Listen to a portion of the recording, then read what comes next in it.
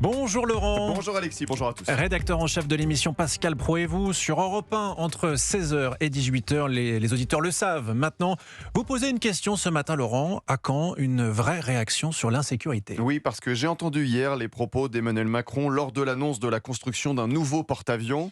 À l'heure des prédateurs, nous devons être forts pour être craints, et en particulier forts sur les mers. Cela s'entend, mais j'aimerais qu'Emmanuel Macron ait la même conviction, la même fermeté contre tous ceux qui nous menacent déjà de l'intérieur en France, ceux qui agressent, se tuent, s'en prennent à nos policiers, nos gendarmes qui risquent leur vie au quotidien. Samedi midi, en plein cœur d'Ajaccio, un Sénégalais de 26 ans a menacé des passants, des commerçants, des policiers avec un couteau. Il a été neutralisé et abattu. On a appris hier que les parents de l'individu voulaient porter plainte pour homicide volontaire aggravé. Je rappelle qu'il était armé d'un couteau. Le procureur de la République d'Ajaccio a pris la parole samedi. La police cherche à l'interpeller.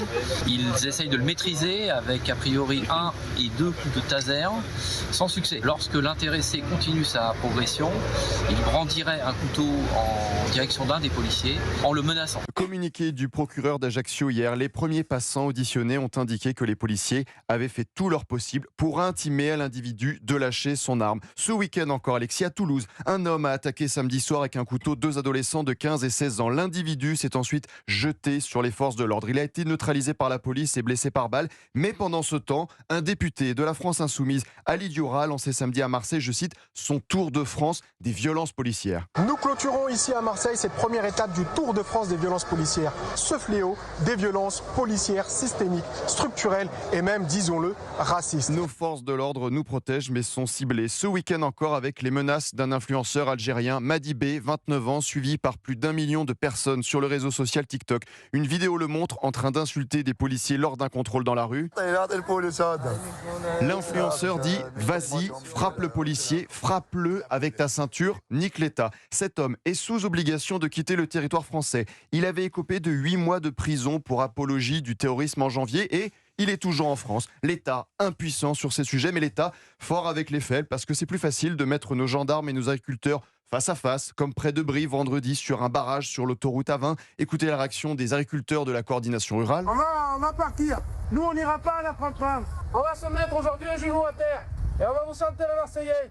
Parce que nous, on est fiers de notre pays. On est fiers de notre gendarmerie, on est fiers de notre police et on est fiers de nos agriculteurs. Alors, un genou à terre. Au lieu d'avoir ces images catastrophiques de nos agriculteurs et gendarmes face à face, à quand une vraie réaction sur les menaces qui nous entourent ? Je rappelle que 72% des Français considèrent qu'il n'y a plus d'endroit en France où on puisse être en sécurité. Sondage CSA pour Europe 1, CNews et le JDD. Alors, Emmanuel Macron peut sortir hier ces grandes phrases. À l'heure des prédateurs, nous devons être forts pour être craints. Que le président commence par nous protéger dans le pays. Ah non, Emmanuel Macron était occupé hier soir à écrire sur ses réseaux sociaux sur le coup d'envoi de la Coupe d'Afrique des Nations. L'Afrique va faire vibrer les stades et nos cœurs. À toutes les équipes en compétition, bonne chance et que le jeu parle. Pas un mot pour nos policiers qui ont sauvé des vies ce week-end. Chacun ses priorités, Alexis. Merci beaucoup Laurent Tessier. Elle est très forte cette image dont vous nous avez parlé, notamment des agriculteurs, un genou à terre qui chantent la Marseillaise face aux forces de l'ordre. C'était très émouvant. Merci beaucoup Laurent.